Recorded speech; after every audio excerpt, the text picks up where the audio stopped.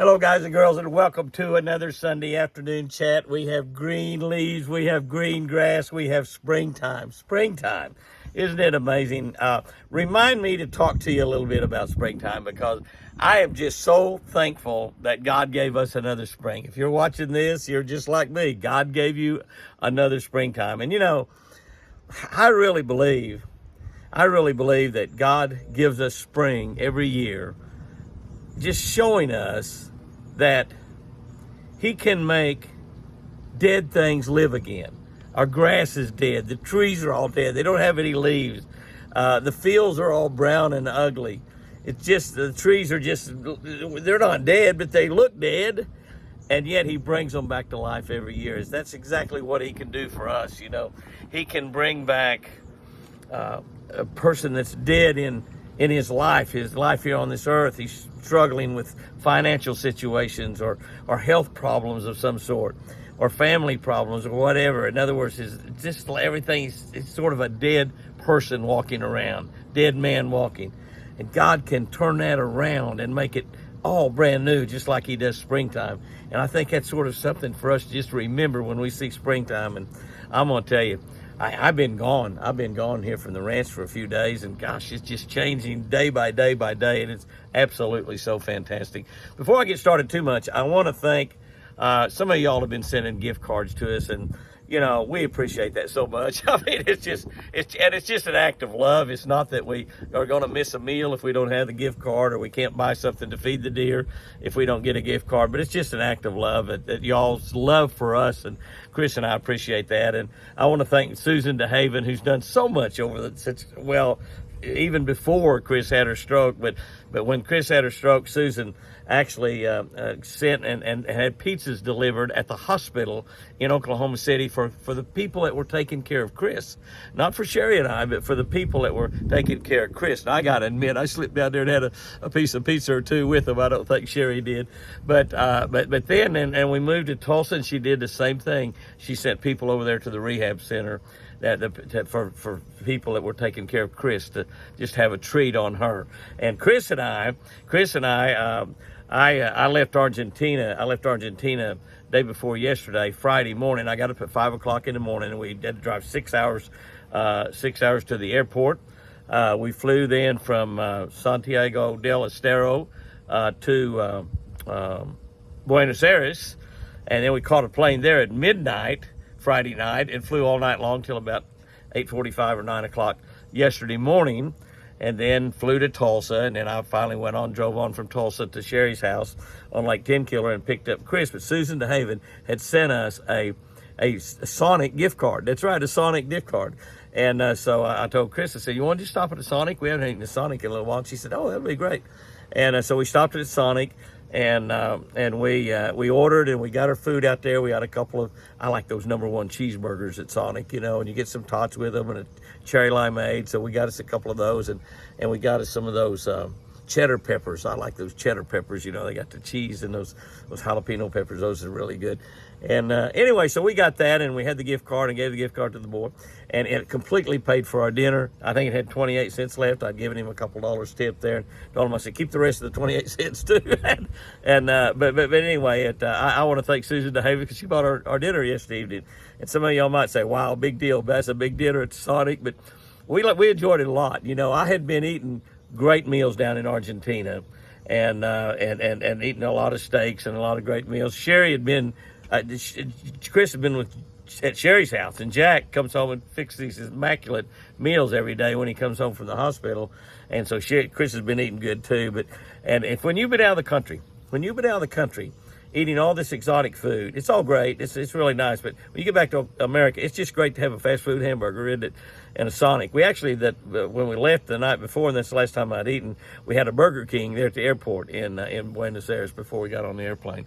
So anyway, thank you, Susan. Thank you for that. My buddy Bill Price sent me some gift cards here a while back for both Chris and I.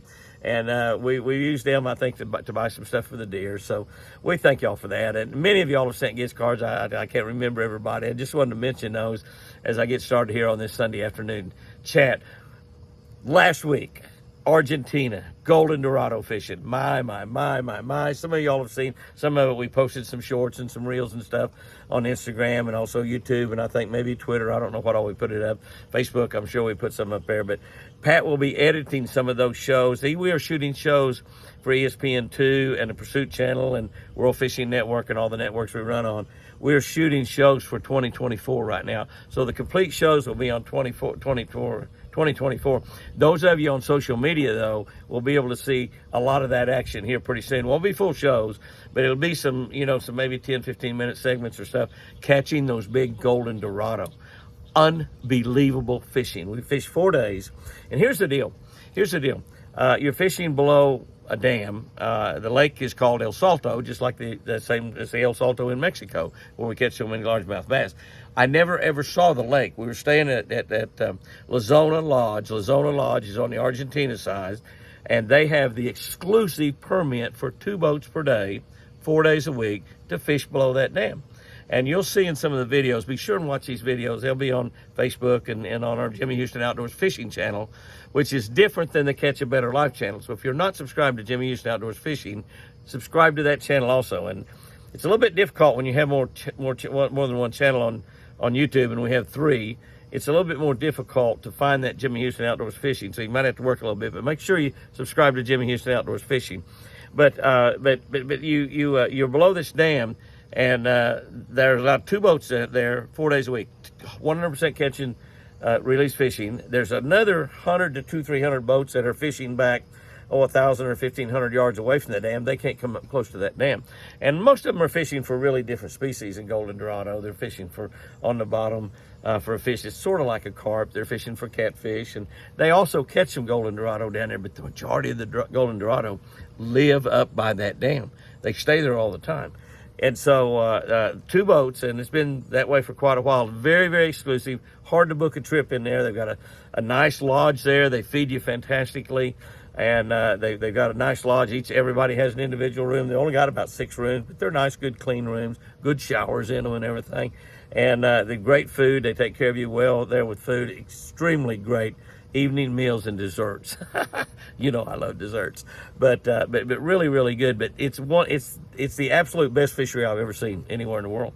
There's great fishing everywhere. We have great fishing all over the United States of America, but it's so much of a thrill for me to go to some of these exotic places. And my buddy Larry Walker, who'd been there before, was there. And my buddy Tim Duke and Dr. Joe from down in Dallas. Joe was there with us also. Dr. Joe Lambert. And I asked him one time about something about his airplane, and he said, my last name is Lambert, not Lamborghini. So he didn't have an airplane. but I fished with Tim a couple of days, fished with Larry a couple of days, fished with Joe one day, and I fished 4 days, so however that worked out. But I got to fish with both Tim and Larry and Joe, all 3. But we just had a ball. On one of the days, our boat probably caught 75 golden Dorado. And keep in mind, these fish are big. I mean, a little one would be like 5 or 6 pounds. 5 or 6 pounds would be a small one, not a big one, a little one. And we caught lots of 15 or 20 pounders. I don't know how many we caught. It was between 30 and 40 pounds. I caught 40 golden Dorados over 40 pounds. 40 over 40 pounds. The largest, 52 pounds. Keep in mind, the world record, which came from right there, is 58 pounds. So that's not too awful far away from the world record. And we had a fish or 2 hooked and on that was bigger than that. A 48 pounder I caught on topwater bait. A topwater bait. A big giant popper made by my buddy out there in California, Kermit Adams. And he hand makes baits, and they're pretty expensive. They're like 25, 30, 40 bucks a piece. But big popper bait, and you don't really pop it. You just wind it in because the big old wake in front and those things. It looks like a cow fell in the water. It looks like a cow fell in the water. And you see the big back come up on these things, and they're like this big, and they're long. And when you hold them, take a picture of those over 40 pounds, you can't even hold them. You just have to bear hug them. And you get slime all over you. I call it Dorado slime. Dorado slime. It's just really great. But if you're looking for a bucket list place, and you can get into that place, it's about $5,000. It's pretty expensive, plus the airfare over there, and you tip your guide about $50 a day. I tipped him a little bit more than that for the 4 days we fish. But and you tip the kitchen help and the people that keep your rooms clean and stuff. They do your laundry for you every day. It's just absolutely fantastic. It's one of those bucket list trips. I don't have bucket list, but if I had it, that would have been on there. And may not ever get to go back and do it again, but it was just absolutely a thrill to do it. And you have to book quite a bit ahead of time, but those fish live there all year long. They tell me December is the very best month because those fish leave and go spawn, and when they come back and after they get through spawning, as the owner Hector told me, they're furious, and that means that they're really active and they're really biting. But we caught a lot of fish on jigs. We caught them on both hair jigs and rubber jigs, kind of a saltwater type jig, 6 and 8 ounce jigs, real big jigs, and of course those topwater baits. And we just had a blast. I mean, we absolutely just had a blast. It's very well patrolled. Nobody can slip in there and fish. We got to show our identification and passports when we first fished to show that we'd be the ones fishing there next day. You couldn't even slip somebody else in and not go yourself. It's really very well regulated, and it's an incredible trip. It was just so much fun. After that, we took another day to travel down to Santiago del Estero, and in that area, we dove hunted. We've hunted with an old buddy of mine, Paco Riestra. I'd been down there years and years ago and dove hunted in the afternoon, duck hunt in the morning, dove hunt in the afternoon. But this time we just took 2 days to dove hunt, and it is just absolutely incredible. Argentina dove hunting. Mexico's got good dove hunting. The thing about Mexico, you can shoot white wing, and these are just regular morning doves down there. But it was fantastic. I mean, I hunted 2 mornings, 2 evenings. I think I shot about 35 boxes of shells, and got like 580 some odd birds or something like that. About 68% is what they had figured out that I shot. So it was just a fantastic dove hunt. And again, a 5-star location. Paco is teamed up. Paco his father actually started all the wing shooting and the hunting down in Argentina, and now they are part of the David Denny's group. They've got 5 or 6 or 7 big lodges down there. They do dove hunting, they do duck hunting, they do wild pig hunting, they do red stag. They've got a 180,000 acre piece of property, and it's not high fence or anything. There is some high fence hunting down there, but there's all wild chase hunting for red stag. And they've got these big beautiful red deer, which we call them red deer here in Oklahoma, but we don't have any. I had a few of them, and my granddaughter keeps wanting me to buy some. You can actually buy those and put them on your property in Oklahoma and Texas. My granddaughter Jordan has been after me for the last 10 years to buy some and put in here. My buddy across the street, John Dixon, actually has some red deer over there, and he does actually sell hunts for that. We don't really sell any hunts in our lands. All of our raising deer is just a recreational deal. We don't sell hunts, we don't sell deer. But across the road from me over here, you can actually hunt red stag. But you can hunt red stag down there. We talked to some of the people from here in the United States, from Texas, as a matter of fact, that have been down there, and all of them got a red stag, and it's just fantastic. We will put on all of our shows some links up. Sherry may put some links up on this Sunday afternoon chat. I don't really know, but we'll put some links up on La Zona in Argentina. And Juliana, the owner's daughter, Hector's daughter, is the one that took care of us, and she's just a wonderful girl. Just absolutely, the service is so impeccable down there, both at La Zona and at Santiago del Estero. It's just absolutely fantastic. 5-star accommodations for dove hunting, incredible food, a great shift, and incredible service. I mean, the people down there take care of you so well. That fishing trip used to be $6,500. It's dropped down to, I think, $4,900 because the dollar is so valuable down there. The exchange rate is like 200 or 300 to 1. I bought a couple of hamburgers down there and put it on my credit card, and the bill was $5,800. $5,800, figured that was about $20. And but anyway, we had a marvelous time. I'll just quit raving on about that. You can catch the fishing over on the Jimmy Houston Outdoors Fishing channel. Subscribe to that. We started that channel back earlier this year. It's got over 6,000 people on it already. It should be up to 50 or 100,000 sometime before the year ends. I don't know if it's going to do it or not. It seems like that a lot of our channels are not growing very much, particularly our Jimmy and Chris Houston Twin Eagle Ranch channel seems to be hanging right in there at about 125,000. There's a lot of people watch us there, and that's where many of y'all get to watch the deer. I am going to shoot some new deer videos this week. I've got a really busy week. Wednesday's booked for some meetings in Bentonville, Arkansas, and in Fort Smith, Arkansas. We'll be filming Thursday and Friday. So this evening when it gets a little calmer, I left all my microphones at Sherry's house, so I'm just shooting out here in the wind. Gonna wait till it gets this evening, kind of go in the pen and feed the deer and take a look at Prince Charming's antlers and see how my babies are doing. I've missed them. I've missed my babies. We showed you some other stuff from last year, how the horns were growing, but the horns are growing right now. There were some deer at the feeder this morning when we went to church. I didn't really check them out.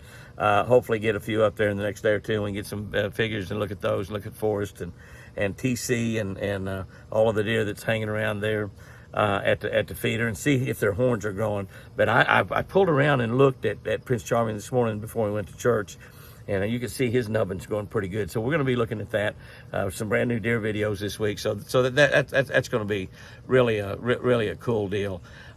We had a happening at church, and I got to tell you about two here before I end this thing. We had a couple of young people saved this morning, a girl and a boy. The boy was probably, I'm guessing, around 11 or 12 years old, which touches my heart so much when that happens, because I got saved at 12 years old.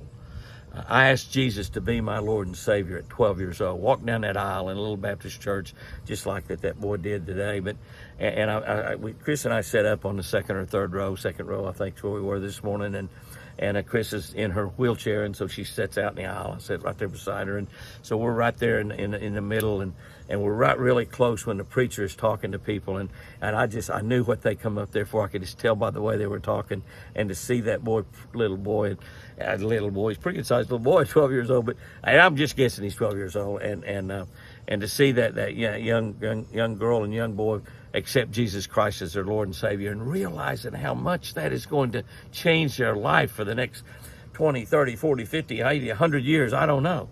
But I watched that, and just my heart just overflowed with joy, and the tears were running down my face because I knew exactly what was happening. I just rejoice so much when I see somebody get saved. I see that happen a lot because we speak at a lot of churches, and lots of people get saved.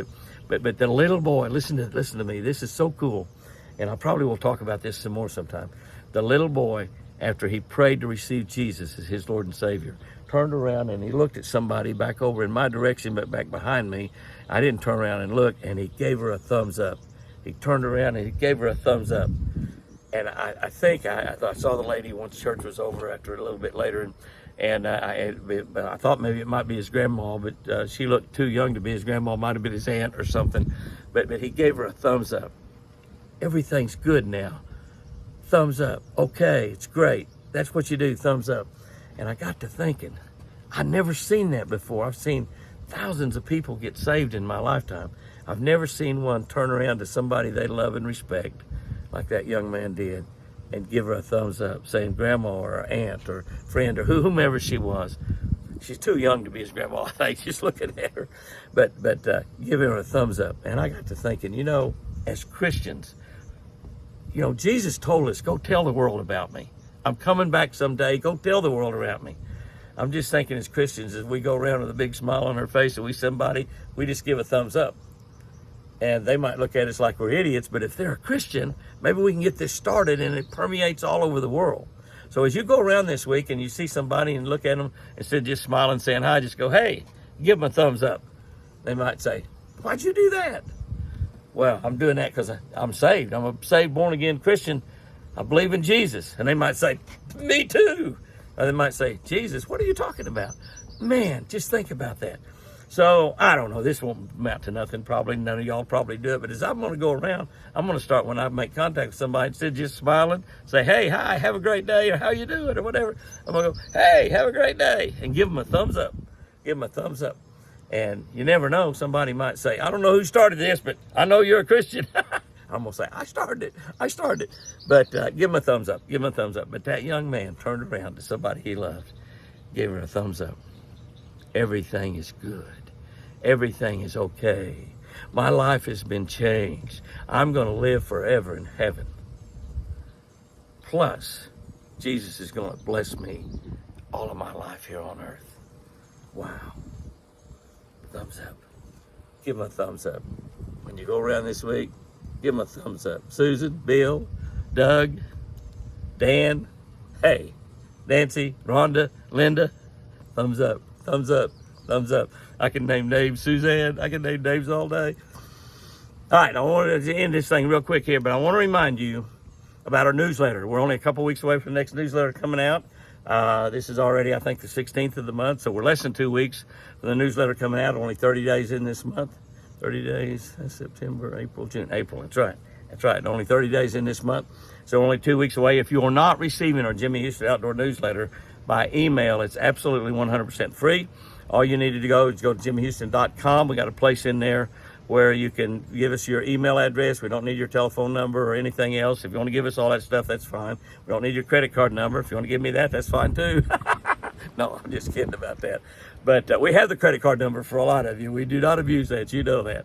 And because a lot of you are ordering spinner baits and shirts and hats and books, so many books. And we sign books every time we go to share. We got a big stack of books to sign. But if you will just give us your email address, we will send you that on the first of every month. It is an outstanding newsletter. It might be one of the best email newsletters you'll ever receive. And I'm not patting myself on my back at all. I do not do that newsletter. My grandson, Kyle Combs, does that newsletter, and he just does an incredible job. He works hard on it.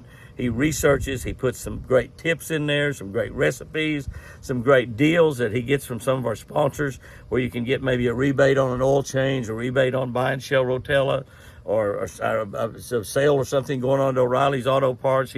He's talking to them on something from Mercury Marine. He's talking to them all the time about getting something we can give these folks special. We got about 10,000 people on there right now. I think a little over 10,000 that are receiving that email. If you are involved in our social media in any way, shape, fashion, or form, you can glance down through it. If you don't like any of it, just delete it. I mean, it's an email. It's all it is. It's going to come in on your phone. It's not junk mail. But you will be blessed, and it will help you if you love to fish, or if you drive a car, if you drive a truck, or you drive a tractor, or just all kinds of. It's just a great newsletter. You'll enjoy it, and you can link into some other things. We've got tips in there from professional fishermen that are giving you tips about fishing, some certain way to fish or whatever. And we got some great information going to come out that hopefully we'll be able to announce it by that newsletter that's going to shock the world about Lucky Strike lures. That's right. And it's going to be so much fun. But anyway, that's going to be a ball. I think I've talked about just about everything. We do have only one appearance left this month on personal appearance, the Baptist Men Convention, Oklahoma Baptist Men's Convention here at False Creek, right here down about 15 miles from my house. I'll be there both Friday and Saturday, the April 28 and 29. It is a fantastic convention. They have so much set up for the men to do, and I think it only costs like $95. I mean, I don't see how they get all that done for $95. And I know a lot of you, as I've been running around Oklahoma and in Arkansas and Kansas even, have told me, I'll see you at False Creek. So I know we're going to have a lot of people there. I think I'm even going to be able to shoot tannerite. I call it tanamite because it's like dynamite. You shoot it and it blows up. They're going to have that. They're going to have fishing. I'm going to be doing the fishing stuff, giving little fishing seminars and talking about fishing and answering questions, I think 3 or 4 times on Friday, or a couple times on Friday and 2 or 3 on Saturday. I don't know exactly what. They've got tremendous speakers coming in there to preach, and it will change your life. It's going to help your life to be there. So the Baptist Men's Convention, Friday and Saturday, April 28 and 29. I'll be there both days, and they got archery shooting. They've got, like I said, the tannerite. You'll be able to shoot the tannerite.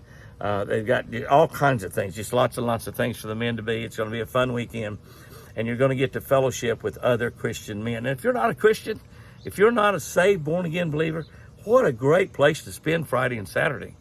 And just visit and listen and partake of these Christian men having a great time for the weekend. And if you're not a Christian, it definitely probably will change your life for the better, because God may be directing you to go there to False Creek on that Friday and Saturday. I went to False Creek several times as a kid. That was a Baptist church camp. They have 6,000 kids there for 8 weeks during the summer. 6,000 different ones every week, from churches all over all over Oklahoma and Kansas, Arkansas, around close Texas. We're only 40 miles from Texas. And those kids come in there, and I got to speak over there a couple of times. One time, and they did invite me back. But you get to speak and talk to 6,000 kids and see 200 or 300 kids get saved in one night. It's absolutely amazing. So if you got a chance to go on that Friday and Saturday, 28, 29, it's going to be a great Baptist men's convention, one of the best events that happens here in Oklahoma. So guys and girls, go out there and have you a great week this week. And remember, I sure do love you.